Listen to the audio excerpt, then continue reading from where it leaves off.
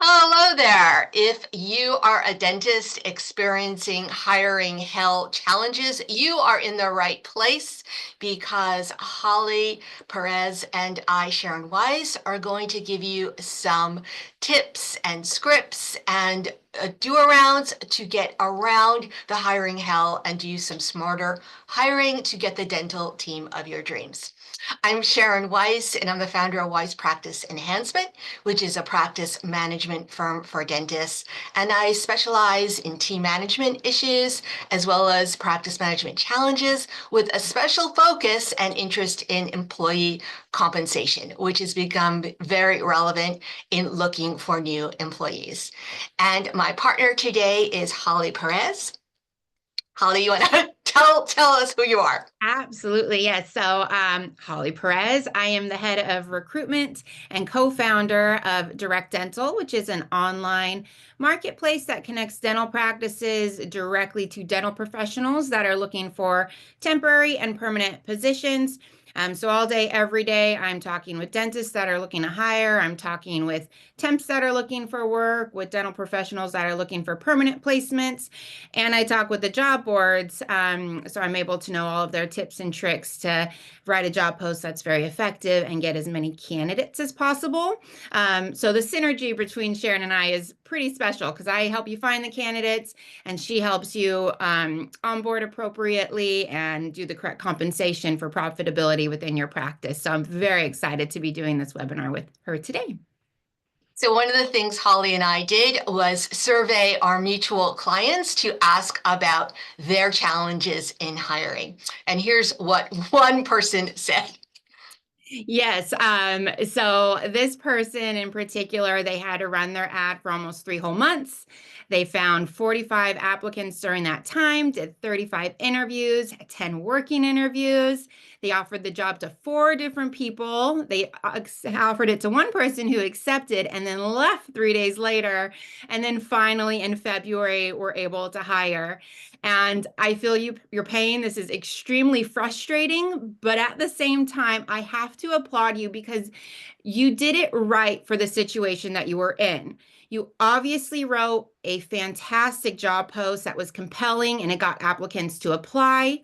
Then you did an excellent job of reaching out to those candidates, building enough rapport with them to make them show up for the initial interview, as well as get them excited about the opportunity to at least come in for a working interview.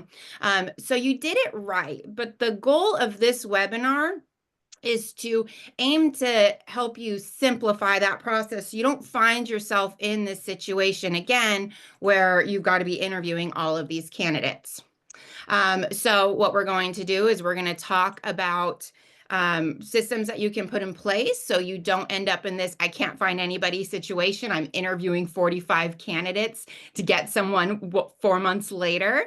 And then Sharyn, she's going to talk with you about questions that are going to help you reveal if this candidate not only has the right skill sets, but the right attitude to stay with you for the long run. And then, of course, a big issue that a lot of you mentioned in this survey that we ran was compensation, and how to compensate appropriately while keeping your practice profitable.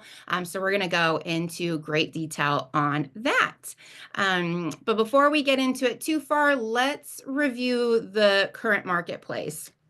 So this is a screenshot from a survey that the ADA runs every single quarter. And these are the results from Q4 of 2024.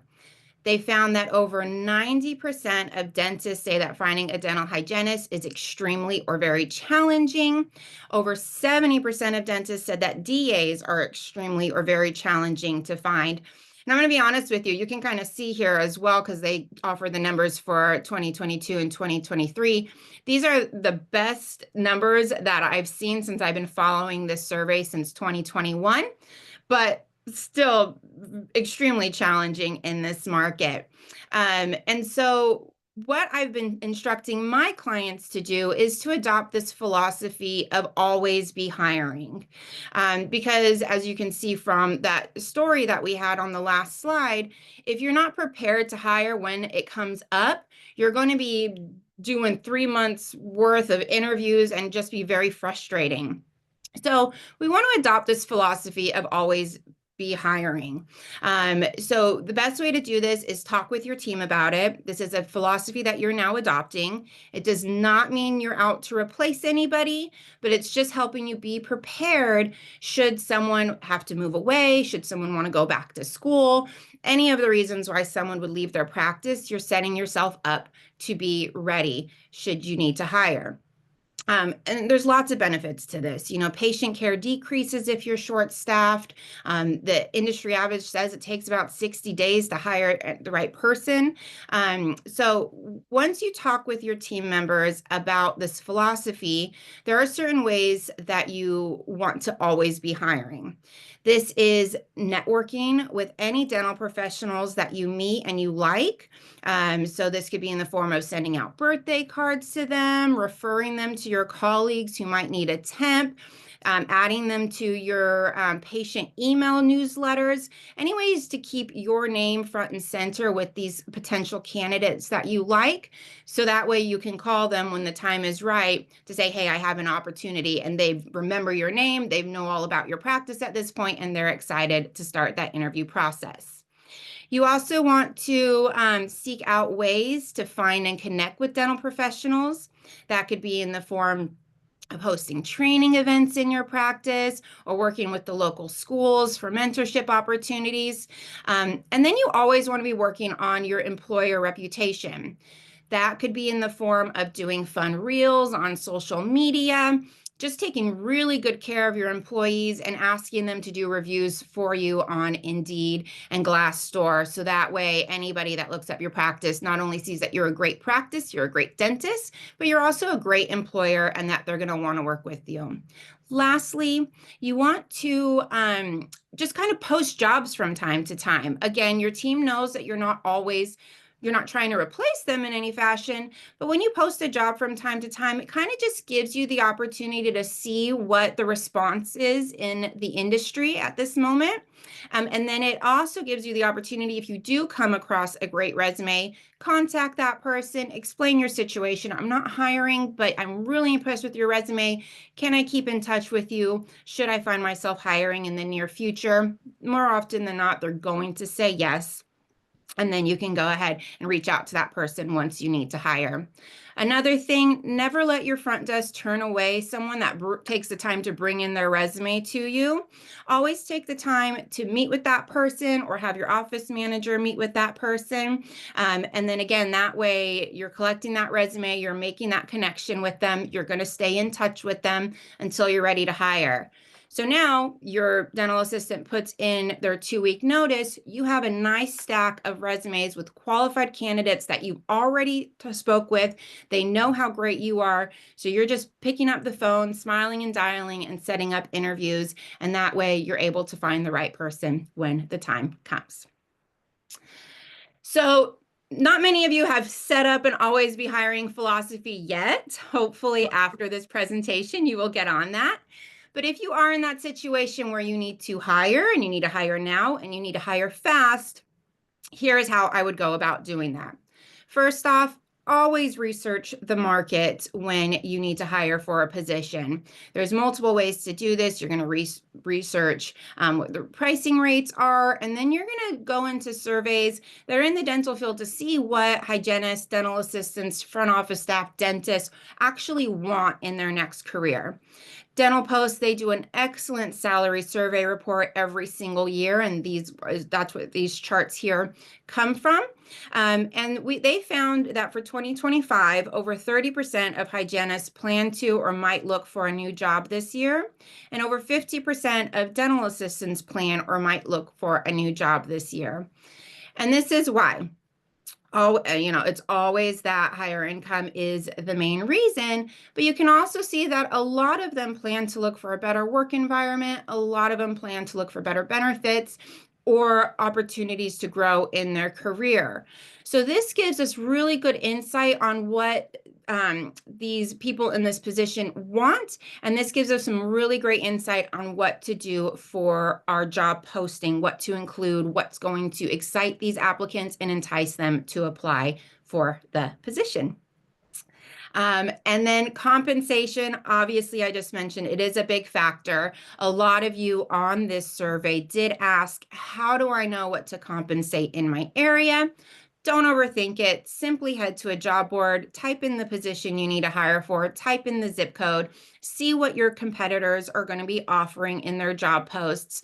And then in a perfect world, you can add $1 or $2 to that. That'll definitely entice these applicants that want more money in their next position. But also take a look at any benefits that are being offered that are beyond a higher pay range. But this was a happy accident. I just went on Indeed and typed in a zip code and a hygienist. And you can see that one office is offering $38 to $42 an hour. The other one's offering $40 to $55 an hour. Knowing over almost 20% of hygienists are looking for a better pay rate, I have a feeling this office in Appleton, Wisconsin, is going to get a lot more candidates than the one in Hortonville. So just do your research and make sure that your pay rate is going to be competitive. But beyond that, let's find other ways to entice these applicants to apply. So Sharyn, I'm going to have you take a quick second and tell them where this came from. Yeah, so Beth Gaddis of Planet DDS, as probably an exercise, asked AI to write a job ad for a fictional 23-year-old hygienist. And this is what AI came up with. And it's amusing on one level, but there is some truth to what it came up with. Yes, you're absolutely right on that. Now, I would not recommend putting attention all hygiene baddies at the top of your job post, but the way they laid out this job post is wonderful. So they have an attention-grabbing headline at the very top of the message, and it grabs your attention. It makes you want to read on. So this is a wonderful way to start off a job post, not necessarily like this, but we are advertising. So we do want to grab their attention. On my next slide here, I've got some really great items that we know dentists, hygienists, and dental assistants want in their next job. So this is a great slide to reference when you do go to post your job. So we know that hygienists, for example, they want flexibility in their schedule. So maybe your headline is, dental hygienist needed, flexible days, or 1 to 5 days a week. You choose the days that you work, letting all the applicants know that your office is going to offer them that flexibility. And then throughout your job post, you can kind of add these other little elements to it. We know hygienists, they really just want to be valued as a provider in the practice, and we find that a lot of them aren't getting that. So making a note about that is really going to entice these applicants to want to work with you. Next on the job post, you want to tell them a little bit about your practice and what makes your practice so wonderful. We know that applicants, especially if they've been in a practice where it wasn't a right fit for them and now they're on the job market to find a practice where they're better valued, it's a better work environment, they're going to want to know about your practice. So you can definitely take a moment to highlight what's great about your practice. If you've got top of the line technology, tools and systems in place to avoid burnout, you can talk about how long your longest team member has been with you, any awards that you've won, any initiatives or community events that you take part in to help grow not only the dental, but maybe your local community. Anything that's wonderful about your practice, you want to take a moment to celebrate that in a very small paragraph. You can have the most wonderful practice in the world, but do try to keep it to about 3 sentences. But they want to know how great you are, and they want to know that they're going to be part of a fantastic team. So don't not skip this step.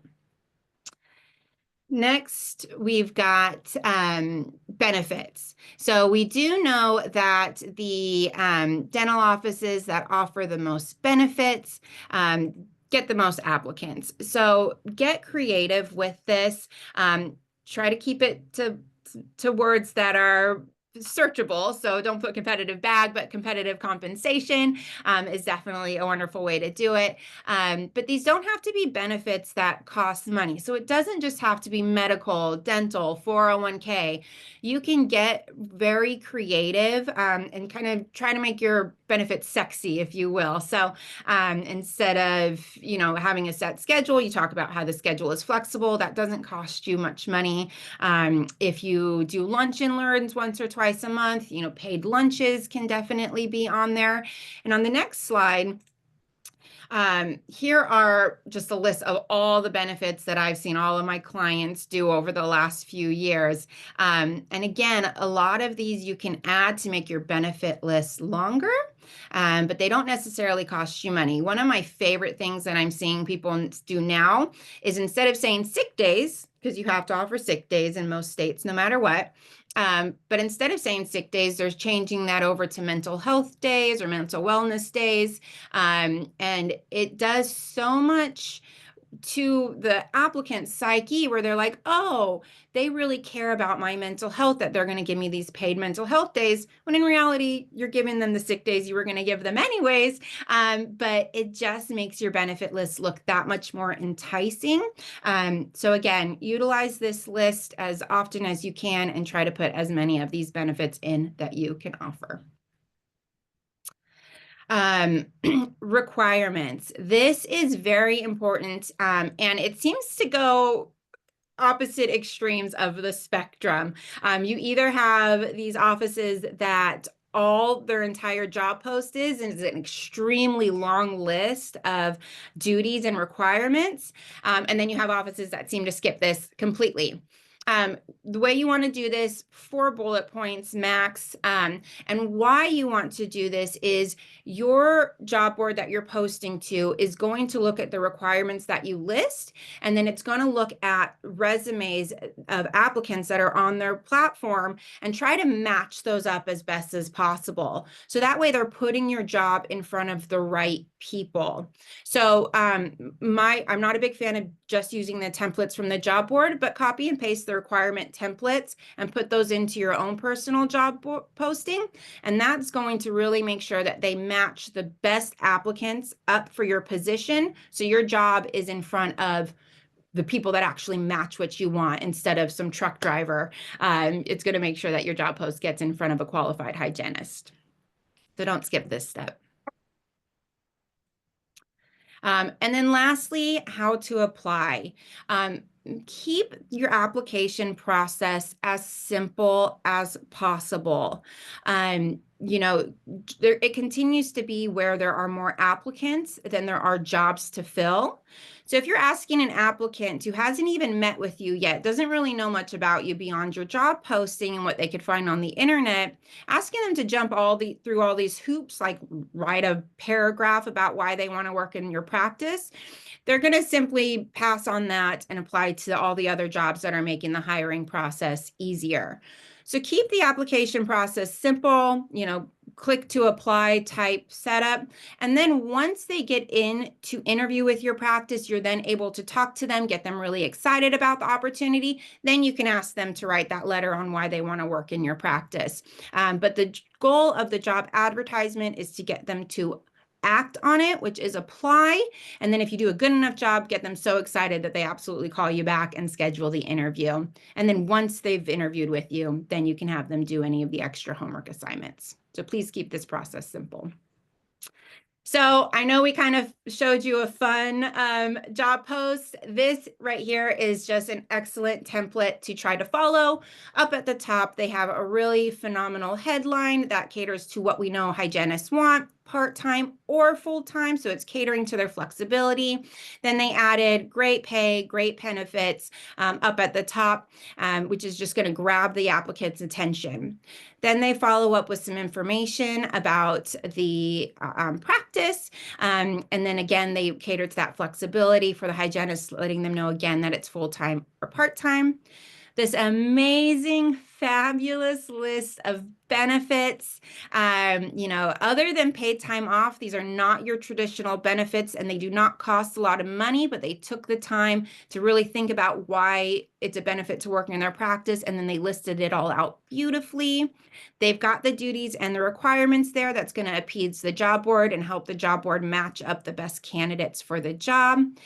And then they formatted it so it's extremely easy on the eyes to read. Someone could follow this very through with in a matter of seconds and know that absolutely this is the right job for me. And then they're going to want to take action and apply to the job. So this is a fabulous template. Only thing I would suggest is maybe a little bit more about the practice.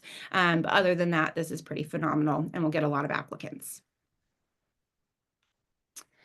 Now that we've written a phenomenal job post, we want to make sure we get it in front of as many people as possible. The more people that see your ad, the more applicants we're going to get. It's a simple numbers game. And that's really what we need in this job market to find the right applicant. So obviously, once you have a job post, you're going to post it on the job boards. My philosophy here is the more job boards, the better. Let's try to find a service that offers programmatic job advertising. This means that they're going to take your job board and distribute it out to various other job boards for you. And then it's working on the back end to communicate with those job boards to see when the most applicants are going to be on the platform. And they're going to manage all of the budget accordingly to make sure that that job post stays optimized. If you don't have the luxury of doing that, just make sure you're posting to a job board that you know a lot of candidates that in your particular area are on. Next, you're going to use your social network. This is your colleagues, your current and previous employees, any dental societies you're a part of, basically anybody in the dental field, you're going to reach out to and say, hey, I'm looking to hire a dental assistant. Here's my job post. Do you know of anybody looking for a job? This is one of the rarest ways to fill a position, but in my opinion, it always yields the best employee you will probably ever have. So take the time to do this step and make it happen, and you will probably get some really magical results out of it. Next, your social media. You're going to go on your social media platform and post a fun little image letting people know that you're hiring, or if you've got a really tech-savvy employee, maybe they can post a fun little reel about it. Also, you want to go into the Facebook groups in your area, so you can type into the Facebook's little search engine dental assistants Las Vegas, and then it'll show you all the dental assistant groups in Las Vegas. You want to join those groups, post your job there accordingly. You'll get some great applicants that way. And then take the time to go into LinkedIn, also type in dental assistant Las Vegas. It'll show you all the dental assistants that have LinkedIn accounts. You simply friend them, and in the little message when you go to friend them, let them know that you're hiring and would love the opportunity to interview them for the position. So social media is a great way to find candidates that aren't necessarily on the job boards, which is a fantastic way to find some really solid people. Lastly, temp agencies and services that are out there, they are costly, but they do have a lot of people in their Rolodex that they can make sure to get your job in front of. So this, again, gives you the opportunity to target people that might not be on the job board, might not even be thinking of leaving their job. But if you wrote a good enough and compelling job post, you might excite them enough and entice them enough to apply to your job, and then you could potentially find a fantastic candidate that way. So if you're not in the situation where you have that always be hiring philosophy and have all of those resumes available to you until you get that system set up, this is an excellent way to get your job post up, get it make it enticing, and then get it out in front of as many people as possible to get as many applicants and find the right person. Okay, so let's say you followed Holli recommendations and you now have some people in your net. The next task and challenge in front of you is vetting them appropriately and finding someone who matches your practice, your vision, and your values. And the number one mistake I have seen dentists make is they get overly impressed with experience, let's say years on the job, or even a job title. And this then it becomes a disappointment once the person enters the practice because the dentist has made an assumption that that job title or years of experience equate to competence and ability to adapt to your practice. So there is a picture here of someone acting because sometimes some candidates are excellent at the interview, but not so great on the job. So what you want to do is determine if the applicant can demonstrate their skills, knowledge, and ability. In fact, skills, knowledge, and ability are often called KSAs, which is a competency. So what I would encourage every dentist to do is think ahead of time. What are the non-negotiable knowledge, skills, and abilities I need this person to possess? And then in addition to this, what you want to determine during the interview is these 5 things, because these are the 5 things I have seen where dentists are very disappointed after the fact. So you want to determine, is this applicant coachable? Will they respond to feedback and new training? Can they learn? You also want to see, are they conscientious? Will they take ownership of a mistake? Will they follow through on a job? If there is an issue, are they willing to problem solve? The third thing you want to determine is this person growth oriented? In other words, do they want to expand their skill set to begin with? Do they want to know more stuff? Do they want to learn? Do they see change as an opportunity instead of something threatening? The fourth thing is you want to see if they express any enthusiasm about the position. Sadly, some employees really don't like the job that they have. And so if you're interviewing for a front desk person who expresses some hesitancy about being on the phone, this isn't going to be the right fit.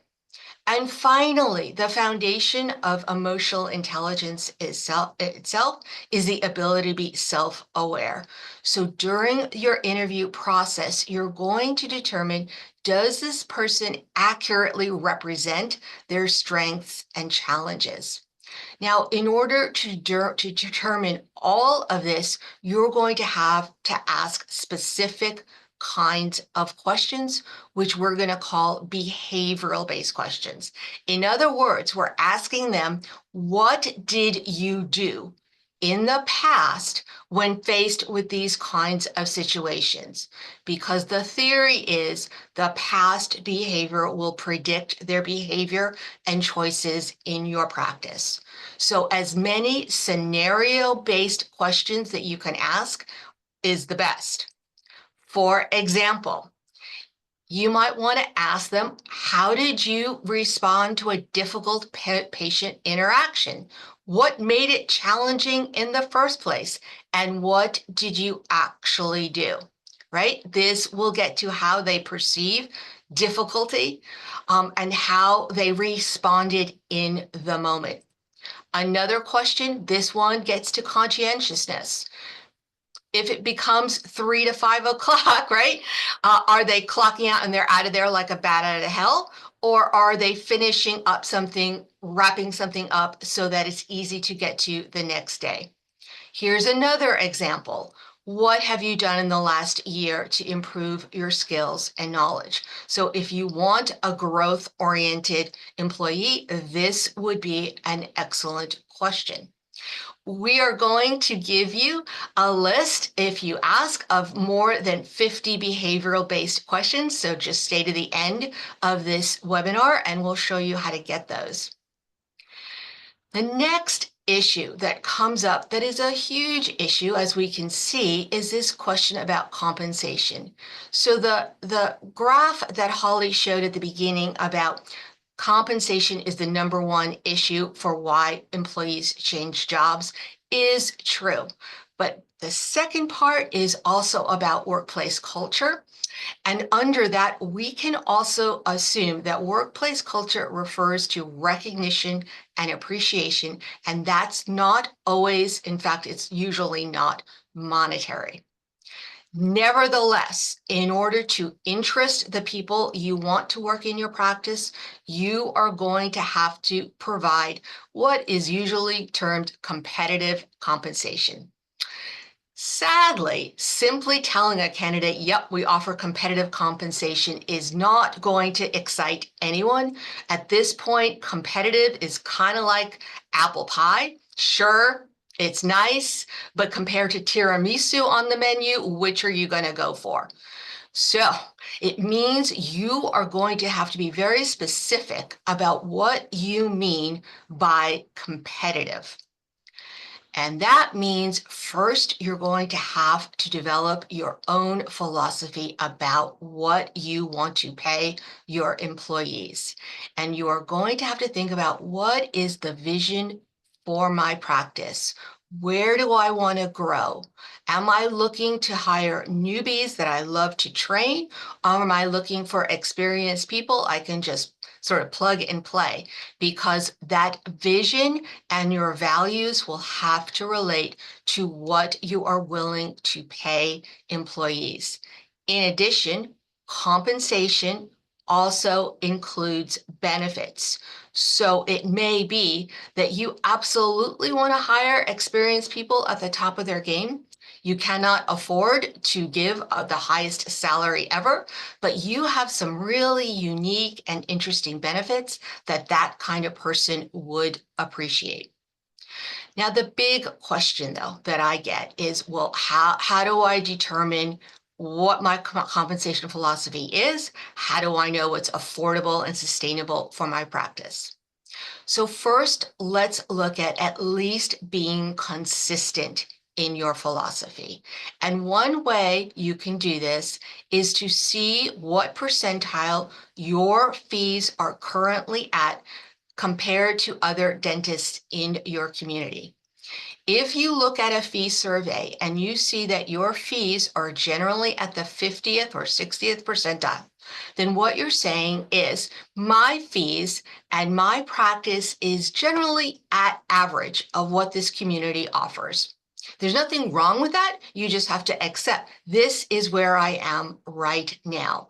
And therefore, perhaps your salaries are at the mid range of your community. On the other hand, if you look at your fee percentile and you see it, you're at the 80th percentile, which is very common for fee for service practices, what you're saying is, I believe my practice is offers higher quality than the other practices in my area. And you know what? Good for you. But that means to be consistent, then your compensation that you offer also has to be at the 80th percentile. And so when Holly showed you that Indeed, those Indeed ads with two salary ranges, you'll also be able to see through Indeed what ranges are typical for your zip code. And so if you're at the 50th percentile, you might go, all right, this is what's on average. If your fees are at the 80th percentile and say, I can't offer average, I'm going to go up to what would be equivalent to the 80th percentile. Now, the other huge question when determining salaries is what is healthy for my practice? And so here are some general parameters you can use. In general, I encourage dentists to measure all of their expenses against what they produce rather than what they collect. And so in this case, if your employee expenses as a whole come between 28 to 38% of what you produce, you are probably in a healthy range norm. Now, this is a huge variance, though, and that's because our country is huge, right? So, certainly a practice, let's say in Alabama, may have salaries that equivalent to the 28% of your production, while if you work in New York City, you are going to spend more on salaries, and it may be 38% of your production. Now, some consultants advocate that you should measure your employee expense against collection. If you do that, would be between the 20th and 25% of what you collect is you can spend on employee salaries. I don't normally recommend this, especially if you're a PPO practice, because there may be a huge difference between what you collect and what you produce. So mostly I recommend dentists use their production as the measuring tool. Now, there's one other percentage that may help you also determine if someone's salary is in a healthy range norm, and that's for hygienists. Hygienists, as you know, are a production source. So we can look at their salaries compared to what they produce. And the general accepted range norm is that hygiene salaries should be about 30% of their production. Or in other words, they should produce about 30% of what they make. And you can measure that on a daily or weekly, monthly, or annual basis. We got a question in the survey that we asked our mutual clients about how do you give raises in a PPO practice? And sadly, the reason there's this huge man trap here is because it's rough. You may want genuinely to give your employees salaries that are the 80th percentile. But if your fees are stuck at the 50th percentile, because that's what you're being reimbursed by your PPOs, you are going to have a huge gap that may not be able to close as long as you're with these PPOs. And if you ever considered leaving PPOs and becoming a fee-for-service practice, this becomes a compelling reason when you share it with your team about why you want to change, because changing allows you to give them better and more generous salaries. Now, another question that comes up all the time is that when you start interviewing and putting ads out, you discover applicants are asking for more money than either you've budgeted or that your current team makes. This is a big eye opener. And you ultimately have three choices, none of which are wonderful. But let's look at all three and the pros and cons. So let's say you're hiring for a dental assistant and you discover that the ads all out there, that everyone is offering $3 to $10 more an hour than you do. And in fact, the applicants, that is what they're expecting. So now you could say, clearly I've underpaid my current team. Let me raise them to what is quote unquote competitive in my area. And then the new employee and my current team are all going to be pretty happy. And so that seems like a great solution. However, if you keep doing this every time a new candidate comes into your practice, pretty quickly, you may have employee expenses which have exceeded that healthy range norm. And in addition, if you haven't a plan for how you're going to afford all these new employee increases, your practice is going to be in trouble ultimately. And finally, increasing everyone's salary every time a new employee enters your practice is going to set up a not great precedent. because what I'm going to very much encourage you to do is to link compensation, specifically raises, to employee performance. So if employees learn that all I have to do is wait around until a new employee comes and I'll get a raise without having done anything different, you're setting up a difficult culture to change. Your second option would be to say to the applicants, hey, we love you. I simply can't afford that amount. Now, that is the most fiscally responsible for sure, because you're not raising your expenses at all. But it's the con of, well, applicants may say, thank you, but down the street, I can go and get that $5 more. So it may take you a while to actually get someone employed if you're not flexible with your salaries. The final option is you give the employee the salary they demanded, but you don't tell the rest of the team what they're making. And that person comes in pretty happy. And you're hoping that they won't share that news with the other people in their department. This is not going to work out ultimately because employees do share that information. You can assume that somewhere, somehow, that information is going to come out, and now you're going to have a bunch of resentful employees. So this is not a great option either. So what can you do? Well, one of the first things I would recommend is to use the salary demand as a negotiation and interviewing question in the process of the interview. So let's say we have this fictional dental assistant or even a hygienist but this is a really good question. So you would ask the person, great, I see you want X dollars an hour. Tell me, how did you arrive at this salary level? Many candidates do not have any big logical reason for why they're asking for this salary. If they're new graduates, they have come to this salary level because someone in their school told them, hey, you can now get X. So you want to find out why they're demanding this. And the next question is to ask them whether that amount is including the value of benefits. This is a great question because most candidates do not understand the value of their benefits.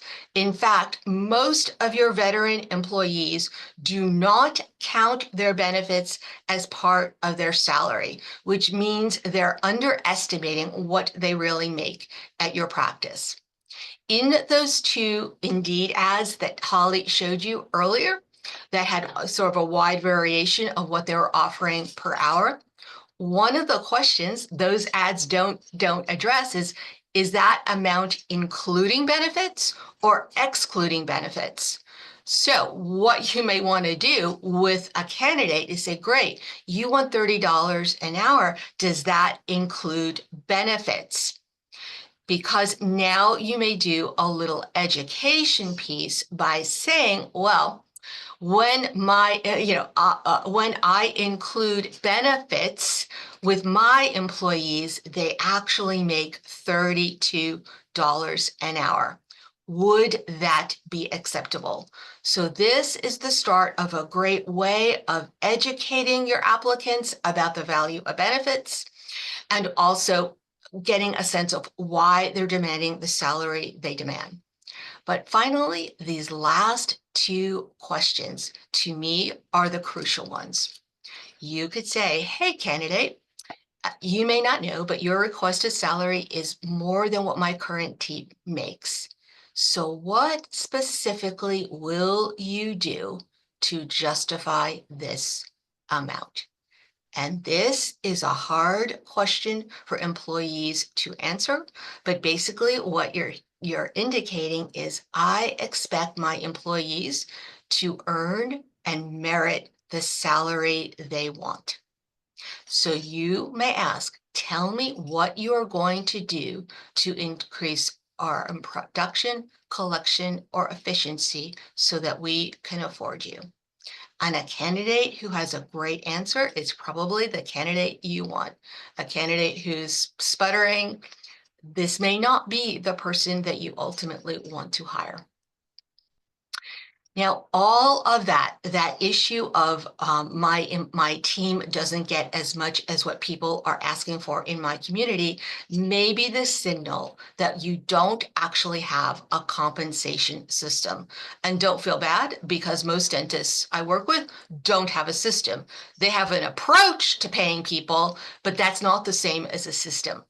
So these are some symptoms that you have an approach.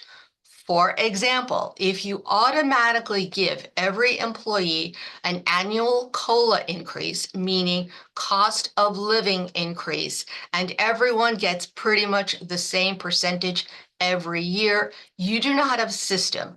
You have an approach, and I get that this is easy and knee-jerk, but it's going to backfire. And the easiest way I can explain this to you is describing the dental assistant who made $90,000 in a practice in Albuquerque 10 years ago. At that point, she was making more than the doctor. And the reason that happened is because every year she would get a percentage increase. And since she was there for 15 years, it just kept piling up. Now, was she the greatest dental assistant that ever lived? No. In fact, she had a really poor attitude. She was not an easy person to work with. And the sad but inevitable result was when the dentist sold the practice, the next dentist fired her immediately. So this is not a great way of determining salaries. Neither is simply giving a raise at every employee's hiring anniversary. This, frankly, is crazy. If you have more than 5 employees, do you really want to be tracking the day they were hired for the next 20 years? This is a nightmare.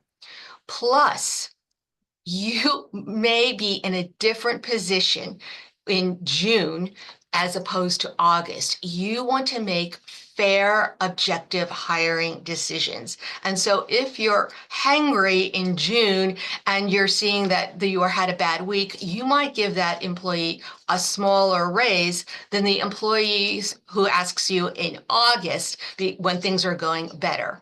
So raises at the employee's hiring date is not a great system. It's an approach. Simply giving everybody who asks for a raise whatever they get is also not a great system. It means that they can just live another year and get whatever they want. And what you want is to connect their performance to their raise. This is going to be crucial. So simply giving everybody whatever they ask is going to be quickly unaffordable for your practice, and it's not going to create a great practice culture. Another option that I've heard dentists use is they use bonus plans in lieu of raises. So you may say, oh, my hygienists, for example, are already at a ceiling salary. So instead of increasing their hourly salary, I'm going to create a production bonus plan for them. My view is bonus plans inevitably backfire. They send the wrong message. They have ethical implications. Bonus plans will not work in lieu of raises. What you want is a predictable system. Bonus plans, by their very nature, means you don't know what you're going to be spending on employee expenses from one month to the next. And you may inadvertently be creating an ethical issue where patients are being overtreated. And you may also be creating dissension in your team because some people are getting a bonus and other people aren't.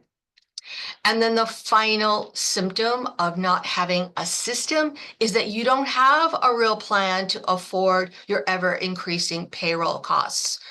If your employee expenses are going to go up year after year, and they probably will, you need to figure out, how am I improving production and collection and efficiency so we can afford it?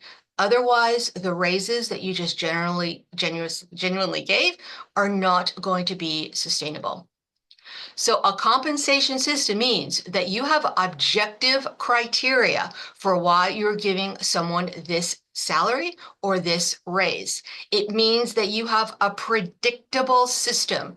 So for example, instead of having your door open all year long to people who want to get raises, you say, no, We're only doing this one time a year. Usually, I recommend you do raise and salary review conversations during February after you have your year-end numbers from the year before.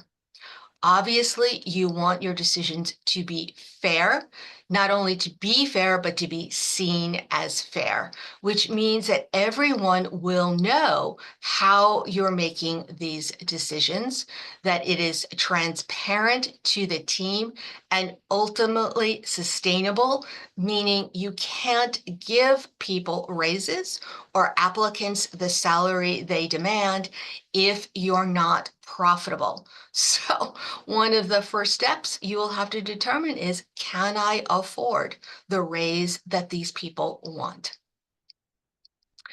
Now, when Holly and I were reviewing the horror stories that you sent us in, we were talking about what is the theme here. And what we came up with is a metaphor that basically we are now dealing with a sort of Tinder generation approach to employment, meaning they are not necessarily going to be loyal to you for the rest of their career because there is always somebody else out there that they're looking at. And so while you are adopting the always be hiring mentality, you better realize that every employee you bring on, in fact, your favorite ones, are also having this mentality of, I don't need to stay here. I don't need to commit because there may be something else better for me down the road. So this is maybe why we're seeing some stranger behavior than we did in previous generations. And in fact, what seems to drive all of us the craziest is this ghosting phenomena from candidates and even people you have just hired. So Holly has some great suggestions to avoid getting ghosted. Yeah, and ghosting we find can happen anywhere upon the interview process. So when an applicant applies for the job and then you reach out to interview them, they disappear. They turn into a ghost. You actually connect with them, schedule an interview, they disappear and never show up for that interview.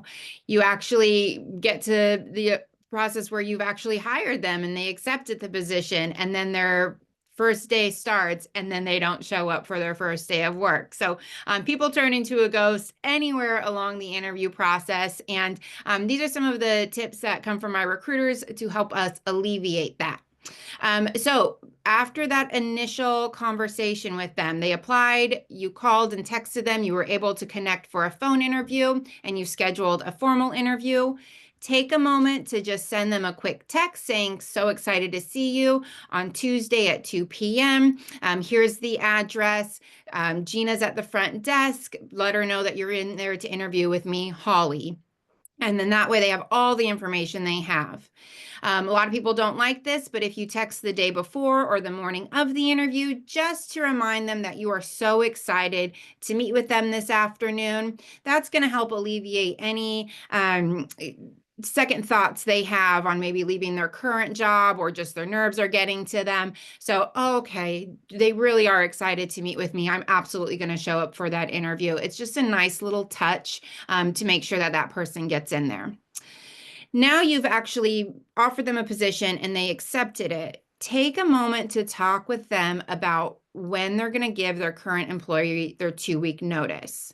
Talk with them about what's going to happen if your employer promises you a raise. Will you reach back out so we can have that conversation? If anything happens among these 2 weeks where you might not be able to start on this given day, please let me know. Have the conversation about the 2-week notice that they're going to give to make sure that you don't lose them during that 2 weeks until they're able to start within your practice. Also, during that time where you're waiting for them to join your practice, include them in anything your office might have going on. So if you're having any lunch and learns, invite them to join. If you're having any team outings, invite them to join with you guys. That way they get some more one-on-one team before they actually start, and they already feel included. They already have that buy-in with you and your practice. This is my favorite one. Utilize your team. So if you found that this applicant really clicked with somebody on your team, have that team member reach out and say, "Oh my gosh, Dr. Jones just told me that you're going to be starting with us next week. I'm so excited. I had so much fun with you at the working interview. I can't believe you get to be my coworker." It's going to make this person feel so special that this friend that they made during their interview is reaching out to them again, and it's going to absolutely make sure that they're going to want to show up on their first day of work and ultimately stay with you in the long haul because they have a good friend on the team already. The day before they start, reach out to them and say, "Hey, I'm getting the entire team lunch in honor of you joining us. It's your choice. What restaurant do you want to eat at? And what item do you want me to order for you?" That's going to get them super excited. "Oh man, free lunch. I can't wait." So again, it just continues to get their buy-in, get them really excited to make sure that they show up on that first day. And then make that first day super exciting for them. Sharyn was the one that gave me this idea, but have a welcome banner, have some swag and goodies for them. Make sure that you take a moment to reintroduce them to the team. Anytime a patient's coming through and you bump into your new employee, take a moment to introduce them. Do everything you can to make that first day so exciting for them, so that way they don't ghost you in about 3 days from now or a week, like we saw someone reply at the beginning of the webinar. And then for hygienists, going back to the slide we just showed you, having a full hygiene schedule and then not having that hygienist show up is extremely stressful. I do not need to say that to you. You already know. So for the hygienist, maybe do a soft launch. Maybe only have 4 to 5 hygiene appointments scheduled for them. And that does 2 things. A, if they no show, you're only worrying about rescheduling 4 to 5 patients instead of 8. And then it also gives them a chance to really build that rapport with the team. They're able to get their operatory set up exactly how they need to. They get little breaks in between to do anything that they need. So that way, the following day, when they do have 8 patients, they feel comfortable with the operatory, they feel comfortable with the practice and the employees, and they're ready to get started and get the ball rolling with a full hygiene schedule. So definitely take those tips and tricks and use them to not have anybody ghost you. All right. Well, you have made it to the end of our webinar, and we wanted to offer you as well some goodies that will help you in your search. So number one, Holli and I developed over 50 behavior-based questions. That is yours. All you have to do is contact me or go on my website and look for them. We're happy to send them to you. They are also categorized by job role and also by those 5 qualities that we named. The second thing that I'm happy to give you is something I call a dental wage planner. It's a tool to see what you are currently paying your employees, including their benefits. And then it helps you also forecast the impact of raises or additional team members to assure that whatever you're looking at is going to be affordable and sustainable for your practice. So you can get either of these tools or both simply by contacting me. And Holli also has a goodie for you. Yes, if you do find yourself in the position where you need to hire, my service, I talked about programmatic job advertising. That's essentially what we do. And we also have recruiters that are available to you to help you with your entire hiring process. So whatever service you choose to work with, if you sign up and you type in webinar 50, you'll get $50 off any one of those services. So that is there for you, and I will keep that promo code open for you as long as possible. Okay, so finally, just if you want to learn more about what we offer, here are our websites. We would love to hear from you and help support you. So thank you for joining us. Thank you.